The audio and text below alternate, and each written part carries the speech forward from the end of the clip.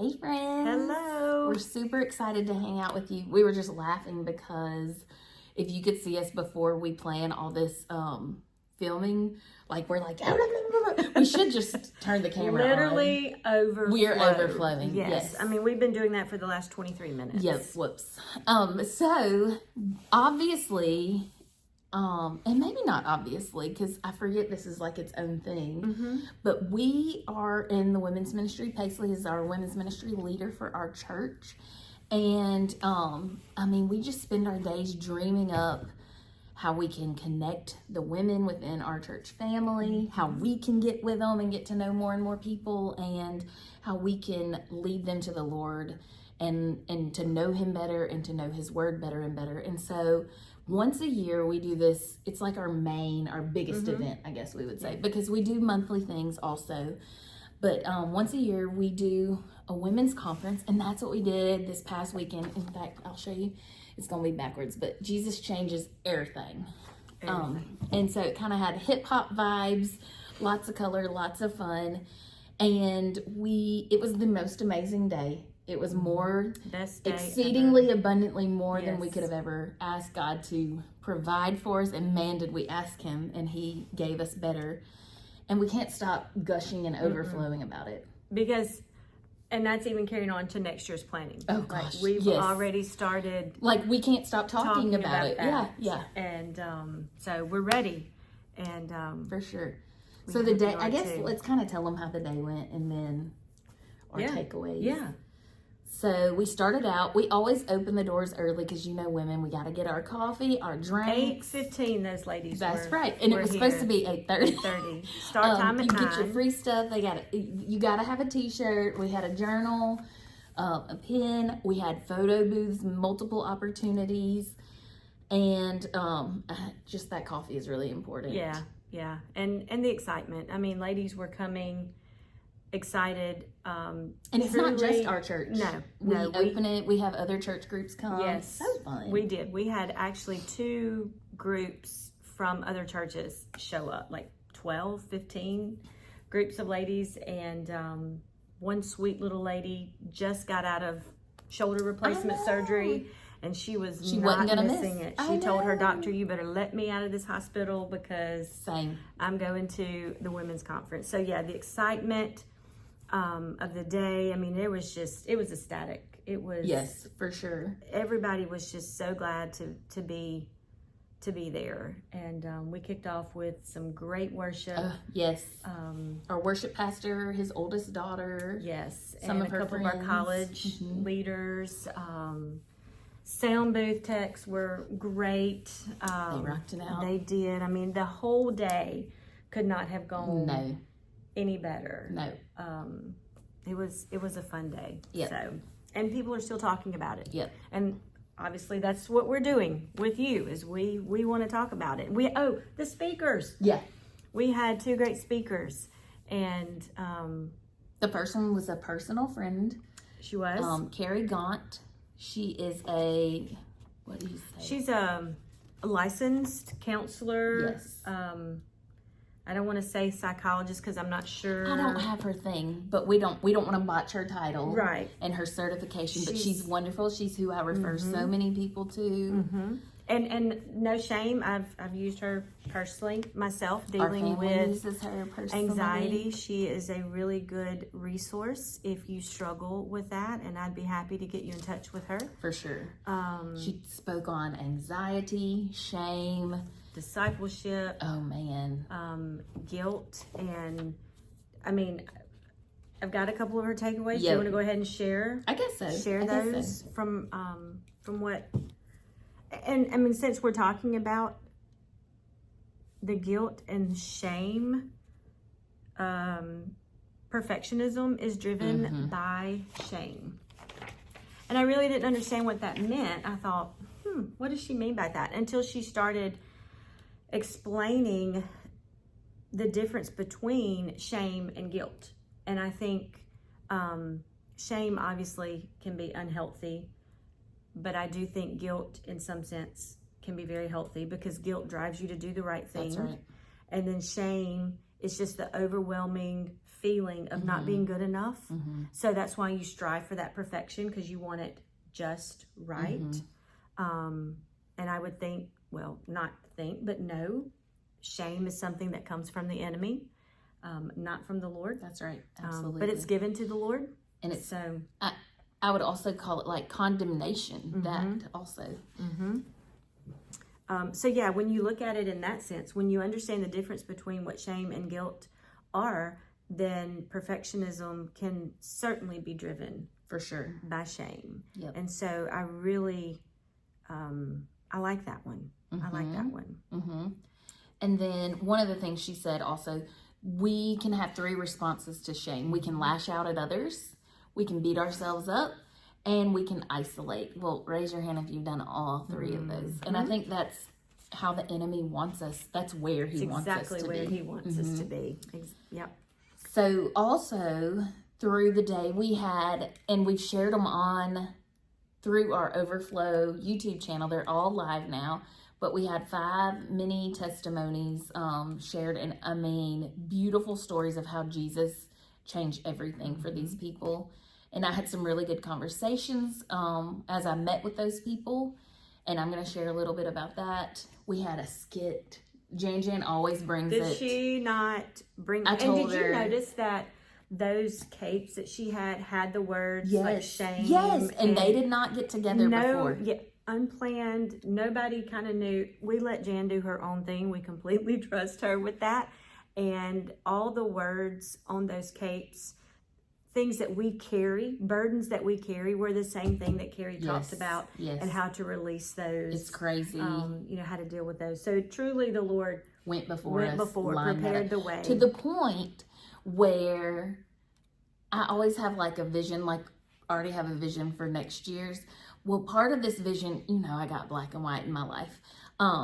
It was like a checkerboard style. And so I just saw that we tie our shirts with ribbons, just the little details, that kind of stuff matters to me. And then some napkins that we had for our cookie cake. And we get there to set up on Friday, and Mama Kay had already set up, and she had black and white checkerboard tablecloths. And I'm like, what? And so even God likes that kind of, it made me happy because he did make me this way. That's right. He is in the details. I mean, the big ones and the little ones. For sure. So something I told Jan about her skits, because they're so good. At first you're like, where is this going?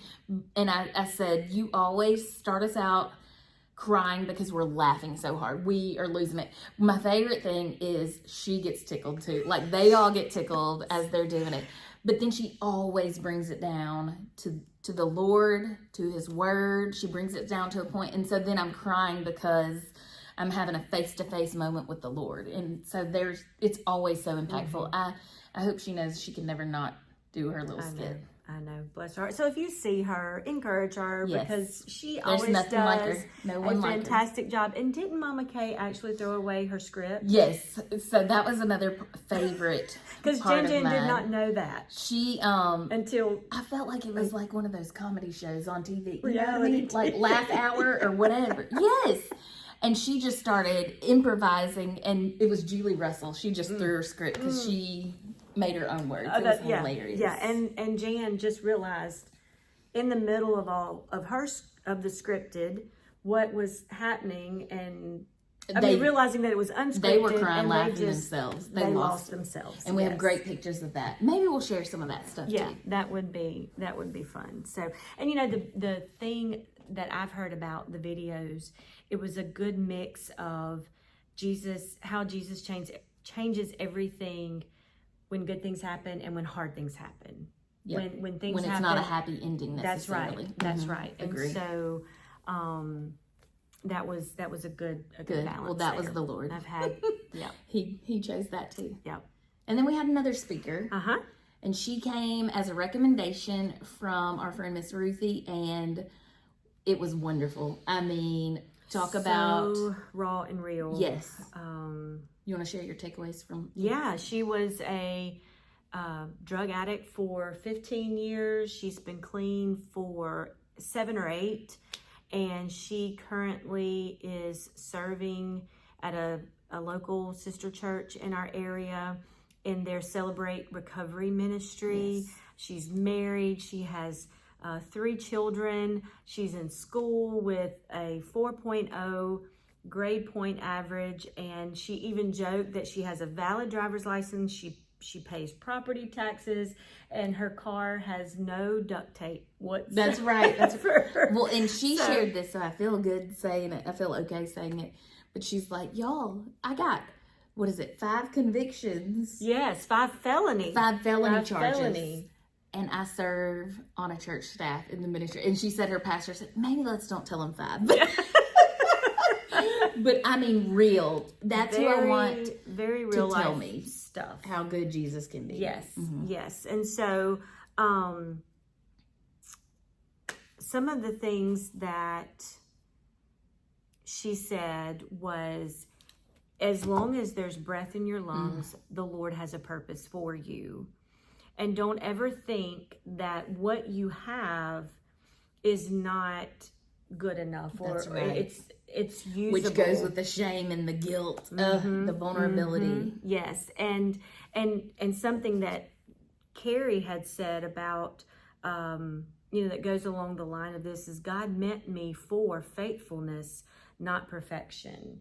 And so that right there, just, I loved that part, because so often we want everything to be just right, especially small. You're looking group at leaders. 2 perfectionists. Yes. I mean. And then small, we teach small group. And so we think we have to show up on Sundays and perfectly prepared, and that our notes make sense, and that it comes full circle, and every single week it has to be this perfect picture of perfectionism. Yeah. And that's really, not real life. Truly, Let's be the honest. Lord just wants you to show up. He just wants our "Here I am, Lord." That's right. And our complete trust in Him.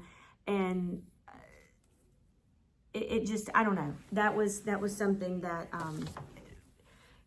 back to what Shay had said, that as long as there's breath in your lungs, the Lord has a plan for you. There's Absolutely. something that you can be doing for Him. And no matter what. That's right. I mean, and her life is a complete testimony to yes. that. I mean, yes. If you came Saturday and you left not feeling like you could storm hell with a water gun, you missed the word. You missed it, because it got me fired up. It did, and that took a lot of. I mean, she was nervous. She was scared. I had been speaking with her for the first several weeks prior to conference, and when I told her how many ladies, which we failed to mention, that 200 ladies. It doubled, so to the point where we had ordered everything and we had to order again. Yeah, and then it got to the point where we just took our paper and like, you know what, just come threw on. the script also. Yep. Just come on. Yep. But she was nervous, and rightfully so, because it's scary to get in front of a bunch of strangers and tell your story, to be vulnerable. And that's a word that we talked about prior Evidently, to. it's the thing the Lord's pointing us to. It must be. So let's share that takeaway. I don't really remember which one of the speakers said it, but we have to be vulnerable in order to build community. And that word vulnerable can be very scary for a lot of people, because you really have to be intentional. Put yourself out there. Let yourself go. Prepare for rejection, yes, possibly. Your feelings might get hurt, but you don't give up. That's right. That was something that we took away in our Find My People That's right. book from last summer in our Bible, and not our Bible reading, but our book reading. Book club reading, is that sometimes when you put yourself out there, if you want to be a part of community, you have to put yourself out there. You have to be vulnerable. But sometimes that's going to lead to, like Jenny said, rejection. Yeah, you will get hurt. People are going to people. People are people. But you got to continue, keep on keeping on. And honestly, no human being can be God to us. So we can't hold other people to that standard. And so I think that's important for us to remember also, to give us perspective in being vulnerable. Yeah. And one thing that I think is a good plug right here, a lot of people, they get hurt at church. And I have seen, I don't know if it's a reel or meme or something, whatever you want to call it. But one thing that we have to remember is people in the church hurt us. God did not hurt us. That's right. So continue to show up. That's right. So, and sometimes you forget to separate that. And I've been in that place also, especially ministry life. So I was the person that, one of my jobs was to go video the people for their testimonies. And that turned into a real blessing. We got to sit together and they would share their story and then we'd talk a little bit after. But through that, just talking about life and just in other conversations leading up to the conference. In fact, Paisley mentioned to me, just some people are nervous. I get nervous. Even, and like I said on Facebook, if your emotional support friend can't be there, and I text Paisley on the side, I'm like, that's why my emotional support friend's in charge. She's always got to be there. I love it. But I get it. Like, I'm so proud of the women that chose to come Saturday. Maybe not with their friend. Maybe their friend dropped out last minute. Maybe something happened and only they could come. But they came anyway, knowing I may end up sitting by myself. It's just a theme that we have learned is, I know it matters a lot to women. I think it matters to everyone. Men don't talk about their feelings as much. But it's something we have thought about, especially in preparation for Saturday. And I think this putting yourselves out there and being vulnerable is something the Lord's pointing us to. So we've talked about within our ministry, we have 2 goals, and it's to fulfill all of God's word, all of his commandments. And Jesus said it best in Matthew chapter 22, verses 37 through 39. And he says, the greatest commandment is to love God with all your heart, soul, mind, strength. And the second commandment is like it, love your neighbor as yourself. And so Jesus, of course, rocks it out and sums up the whole Bible pretty much in 2 different commandments. Love God, love others. And so our ministry exists. And I wouldn't even just say our church ministry, but like our heart's desire personally is to point other people to God. This is why we overflow. It's not to look at ourselves on here. In fact, it's real awkward. Have you ever watched yourself on a video or heard yourself talk? It's weird. And then to point other people to help them find their connections within the church family. We got to be a family. We got to love each other. We got to know each other and establish relationship, and then send that church family out and be Jesus to the other people, taking God to them and loving others really well. So within our body and without. And so that's the goal of our church family. And we just want to cheer others on because we're just 2 people. Like, we want everyone to be our friend, but also we only have 24 hours in the day. Right. But everyone has people in their sphere of influence that they need to be loving and doing life with. Something that we learned, and maybe it was, find your people, your next friendship or that person that God has for you, or maybe even that group. It's probably not, you probably already know them. It's probably not this group you want to go meet. They're probably already doing life around you. Your lives intersect, but you haven't looked at them like, oh, God put you in my life on purpose. And so perspective is really important too. It's kind of, it's as if maybe you've not let that barrier, let that wall down to be able to allow these people into your life and y'all become real with each other, and let's get past the, oh, I'm fine, oh yeah, everything's great. Not all the time. No. And you need those people where you can say, you know what, I really, because talking about things, it is very freeing. Absolutely. And especially if it's burdens, they lose their power the more you share them with someone. For sure. And so, and so that's why doing life together, putting yourself in these situations, get past the church hurt and know it's not God who did it. Come back to him and ask him to put those people in your lives. And then also, that's why we've shared our story. Like, we got to catch up. That's why we get people around us to share our story. Come join us for coffee and conversation. We're going to kick that off soon for the year September. again. That's a great place to start. Yes. Really. It's a very small, intimate setting. And there are lots of ladies there that truly have a desire to fulfill what you are talking about. Yes, to exactly. really get plugged in with people or help you get plugged in with people. That's and right. so, yeah, personal invite, coffee and conversation. It's so laid back. Come in straight after work. Mm-hmm. We don't care if you're in your scrubs, whatever you're in. Mm-hmm. Come. I'm like dropping a kid off at practice and swinging in on two wheels. Mm-hmm.